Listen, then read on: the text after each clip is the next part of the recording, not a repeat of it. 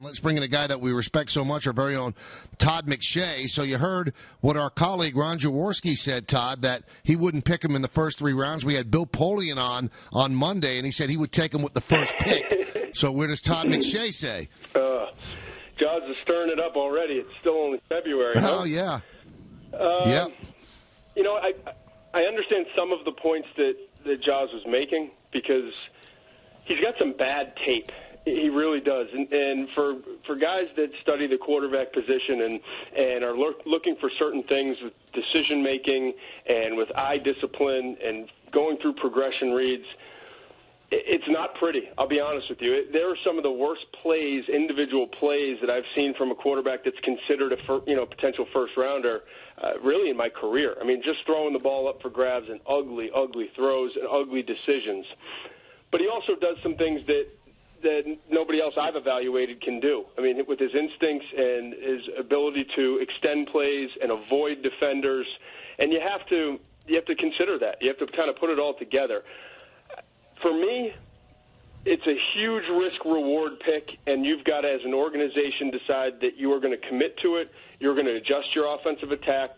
You're going to be patient with him. You're going to understand that he may not be the first guy in and the last guy out at first, but you've got to develop that those work habits with him. At the end of the day, if I could get him late in the first round, early in the second round, I'd feel really good about it because the pressure wouldn't necessarily be there like it would with an early pick. But I'll be surprised if he's not one of the top 8 picks in this draft. So if you need a quarterback and you're Todd McShay, general manager, what quarterback are you taking? Teddy Bridgewater or Blake Bortles. And Bridgewater is the more polished. I mean, he's almost a plug-and-play, starting quarterback in the NFL.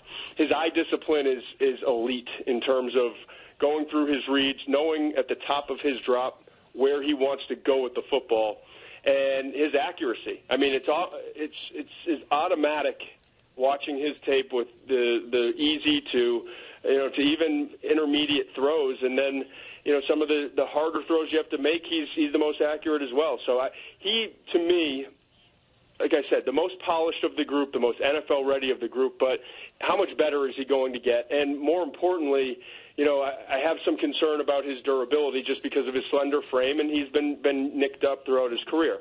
Now, Bortles is not quite there yet, but I think if he continues to ascend and develop at the rate that he's developing, with the prototypical body type that he has, 6'5", 230-plus pounds, he's got a chance to be better than Bridgewater one day. So it's kind of, take your pick of Bridgewater being everything you see on tape is what you're going to get, and then Bortles more of a projection.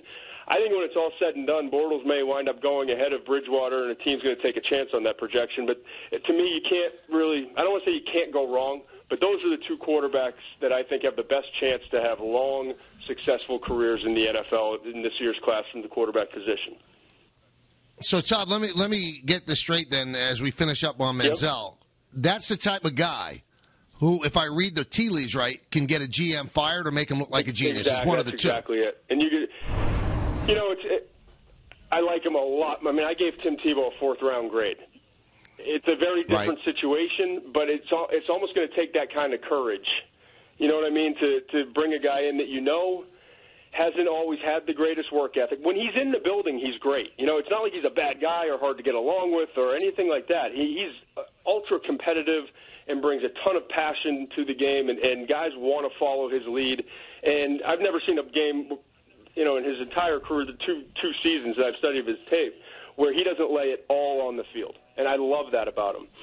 But I just don't know where he's going to be when he leaves the building and how much time he's going to spend eating properly, taking care of his body, getting proper rest, studying the playbook when he's at home. All those things that you see from 95% of the greats in the league. Eli Manning now, not early in his career, Peyton Manning certainly, Tom Brady, Drew Brees. You go across the board, it's almost every single elite quarterback in the league for the last decade has the exceptional work habits. And it's just one concern with Manziel. And the other one, too, is if you're under 6 feet tall and 212 pounds or whatever he checked, 207 or whatever he checked in at the combine, and you're running around as much as he is, can he stay healthy? And I know he didn't miss any games in the SEC the past 2 years, but he also really got worn down this past year. And his game tape in the middle of the year compared to what it was early was very different because of the toll that the pounding took on his body. Speaking of passion, does Clowney have enough passion to really be a great NFL player? Well, there's definitely concern. I mean, it's kind of the problem with our society, not to get in a soapbox, but what has gone on with high school recruiting and all of that. I mean, what do you expect? I mean, he's been crowned the greatest high school player in the country since he was, a sophomore, junior in high school, and came into college football as being going to be the greatest college football player, and he was the last 2 years. Even this year when he wasn't getting great production, he was the player. I've never seen a player schemed against more in terms of offenses running away from, double, triple teaming. And so there's definitely an element of entitlement there, and he does what he wants to do, and you don't love the fact that his practice habits aren't elite, but I got to tell you, I don't need him to be my leader as a defensive end. I don't need him to be the most reliable guy on the field. If he brings it 3 out of every 4 plays, we're in really good shape, because he can do things on the field that very few players that I've ever evaluated, and I haven't been in this as long as Bill Polian or a lot of other guys, but in the last, let's say, 10, 15 years, there are very few guys that have had his talent coming into the NFL. And again, you don't have to be an every down consistent. If you're my middle linebacker, and especially if you're my left tackle, if you're my quarterback, you can't have a mental letdown. You cannot take a play off. You can't lose focus. But at defensive end, if you take a play off but you bring it for 3 other plays, I'm not psyched you took a play off, but you finished the game with 2 sacks and 3 tackles for loss and you were highly disruptive, I can live with it.